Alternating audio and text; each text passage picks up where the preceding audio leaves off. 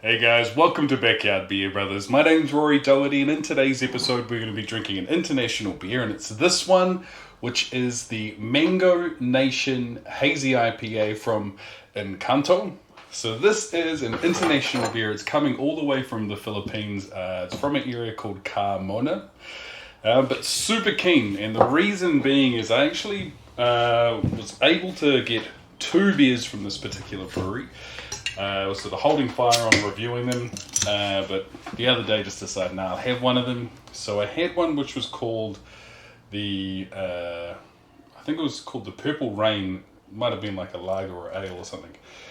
But it was delicious. So I figured I'd better get into this one before I decide to drink it as well. The other thing is it's hot, and although I really like those smoothie sours, from whatchamacallit, from One Drop Brewing, I figured I needed a bit of a break from it. So tropical heat, beer from the Philippines, sounds like the go. But it is looking awesome. As a hazy IPA, I thought it is pretty hazy. I can see a little bit of light coming through in the bottom part of the glass, but this is pretty solid. Beautiful color as well. So we're looking at it being sort of a straw, super light, caramelly brown there. White head. But it's got the nose that you want from an IPA as well. Those hops are coming through. It smells delicious. Well, looks good, smells good. It's all about the taste, so let's get into it. Cheers, cheers, cheers, let's go.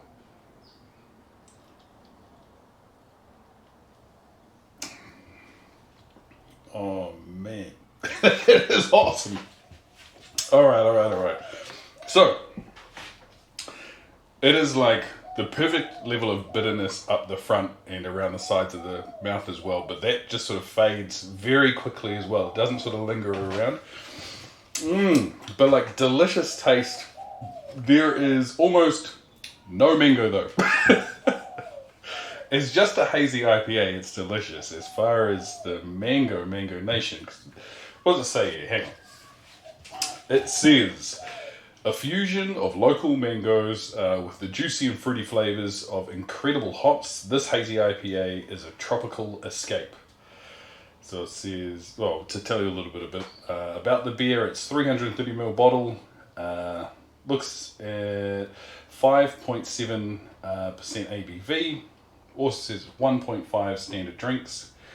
And as far as the untapped score is concerned, it comes through at 3.61. So not doing too badly. I've also just seen here that it's got an expiry date of the 30th of October 2024. Bam, we're at the end of November. Only a month out. I think it's still pretty good.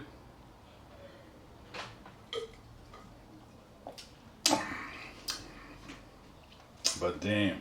Well, I suppose, hang on. There is a slight tropically taste there as well, but it's good. It's just disappointing. It says mango again, doesn't say it. But now the old Philippines, definitely a place that's on the list. You know, been to as far as Asia's concerned, whatchamacallit, Bali multiple times, Thailand. Went to Vietnam earlier this year. What have we got? We've got been to Singapore a couple of times. I even went to the top of Indonesia. Indonesia. There's a place called Batam, and it's funny.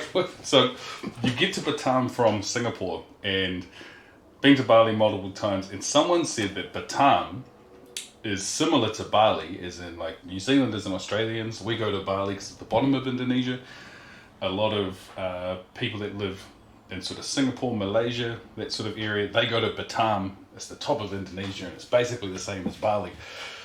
So I think it might have been the last time we were in Singapore. Me and my wife were like, oh, well, how do we go to Batam? Meant to be just like Bali. Let's go there. And it is nothing like Bali. Well, I suppose there's like some similarities, but you catch a boat over from Singapore, and like I just stood out. There were literally people stopping and staring at me, and like other people busting out their phone, and like I'm pretty sure because I was way taller than everyone, people must have just thought that I was famous or something. But even my wife would sort of joke. She would stand like a little bit further behind me, especially when we were going up an escalator, and she would just laugh at people sort of catching a glimpse of me and freaking out. But never going to go back to Batam, that's for sure. But the Philippines is definitely on the list. I actually came really close to going to the Philippines. I used to work for this energy company, and I was part of their quality assurance team, and so we would sort of assess staff interactions to make sure that there was one compliant or met regulatory obligations, etc. But also just that it was a good customer experience. But we also had this offshore call center, and there was an offshore quality team there, and quite regularly someone from my team would go over there and spend sort of a month in Manila working side by side with them, etc. And one year my boss pulled me aside and said, "Hey Rory, I want you to go to Manila." And I was like, "Yo, hook it up." She was like, "Well, how long would you want to go for?" And I was like, "Man, I'll go for as long as you want me to go." And she was like, "Okay, well, we can get you to go over there. It'll be paid for by work. 4 weeks, basically a month. You cool with that?" And I was like, "Man, yeah, bro, this is sick." And as we were sort of working through the details, I was like, "Man, I don't want to jinx it. I don't want to tell anyone." And then everyone within my team, I was sort of a new member of the team. They were all like, "No." A couple of them had already been over to Manila, and they're like, "Man, we love it. The experience is so good. Yeah, it's going to happen, blah, blah, blah, blah, blah." It was like, okay. And then eventually I was like, "Yeah, man," because we were talking about exact dates, me needing to get like a copy of my passport, all my passport details, etc., etc. Like, "Oh, this is so sick, man. I'm going to be going on a paid work trip overseas for a month. This is sick." And then that company decided to pull the old switcheroo on me. Instead of going to Manila, I got made redundant. So shit. It's like, oh my god. What had happened? There were so many things that happened at the same time. So my wife and I, we had sort of bought this house maybe the year before. So now we're rocking this mortgage. COVID. This was at the very beginning of COVID, so that had just hit, so that was like nice. And then, what else was there?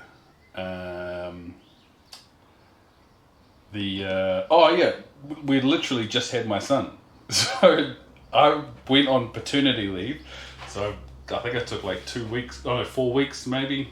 And then when I got back, we get called into this meeting, and we get told that it's not, there's no redundancy or anything. It's just like and they wouldn't use the word restructure either. It was like a realignment or something. And then out of the team of, I think 7 of us, there was only one position available. And they were like, "Look, we've got all these other really great opportunities for everyone, but we just want everyone to focus on this one position, everyone interview." And then it ended up going to the person who was working as the acting manager, so believe it, fair enough. And then they offered us entry-level roles. It was like, "Oh yeah, thanks for that." But then, although that was like the hell fall from grace and just the most negative experience I've had in a long time, it actually ended up being the best thing that could happen. I walked out. I got this short-term contract. I think it was a 6-month contract, and this was towards the end of the year. They tried to cheat me out of my yearly bonus by saying, "Oh, look, you're no longer a full-time employee. You're now a contractor." They offered everyone redundancy packages, and they said at the end of this contract, if you don't find employment, you can still take your redundancy. So I was like, "Oh yeah, that's kind of nice." And they said, "Well, because you don't get this full year bonus as a full-time employee, we'll have this like little, I forget what they called it, like a like some form of incentive or discretionary bonus or whatever." So then I'm working for 6 months, and that ended in February. And it just so happened that my boss in this new sort of contracted role left, and then this new person started, and they had just been made redundant from a different, or one of the competitors. So she was furious when she found out my story. It was like, that's disgusting. So anyway, at the end of this 6-month contract, I was lucky. I was able to secure a government role, and I haven't looked back. It's actually been amazing, and it was a much higher paying role than what I was in. I was kind of sort of coasting where I was, so it was like this massive big jump. Plus, this new manager was like, they've treated you so badly by like not considering you still a full-time employee. So she made sure that I got the maximum amount from this discretionary bonus. And then I got my redundancy package, so it was like, yo, sick, man, big fat paycheck. Then I stepped into this government role where I was earning way more money, kablam. Then literally maybe like a month or two later, out of the blue, I get an email from my old employer. And what had happened behind the scenes, this manager, who had only worked on it for maybe a couple of months, she'd been fighting for me, saying that it was disgusting that I wasn't made redundant. I was given the 6-month contract, but they changed my employment, but still offered me my redundancy at the end. But whatever she had to say, it ended up working, and they ended up paying me my whole yearly bonus for the previous year as well. So it was like cha-cha-cha-ching. So from the man fall from grace, you're not going to Manila, sort of paid for by work, got made redundant, mortgage payments, also being a brand new dad, not getting the best amount of sleep, to boom, discretionary bonus, boom, getting this new higher paying government job, boom, also getting my redundancy payout, boom, out of nowhere, getting a whole yearly bonus. Manila, that's where I was talking about. Cheers. But back to the beer. God damn, with this heat, I feel like I'm in Manila. But alright, let's talk about the beer a little bit more. What do I think? First and foremost, would I buy it again? Nah, I wouldn't. And it's disappointing because I wish I had drunk this one instead of the other one, and I reviewed that Purple Rain one, because that was delicious. This one is just run of the mill. There are good things and there are bad things as well. Okay. Buy it again, no. If I saw it on tap, would I buy it? Nah, I wouldn't. As a gift, no. And I was sort of thinking, I got this one mate, Ben, from the Philippines. Could I buy him a bottle of this? And would he appreciate it? No, he is the most die-hard VB drinker you've ever met. It's crazy. I could imagine a big, massive white guy with multiple Southern Cross tattoos on him, mullet, V8 supercar aficionado. He had multiple Holdens in the on bricks in his backyard. My mate Ben, who's from the Philippines, he grew up here, has the same love for VB that guy that I just described has. So would I buy this from him? No way. I'll just get him a 6-pack of VB. And if anything, I'd buy that 6-pack in New Zealand because it's cheaper than it is here in Australia, which is mental. Is it scullable? It would be scullable. On a score, what would I give it? I think I'd give it a 5.5.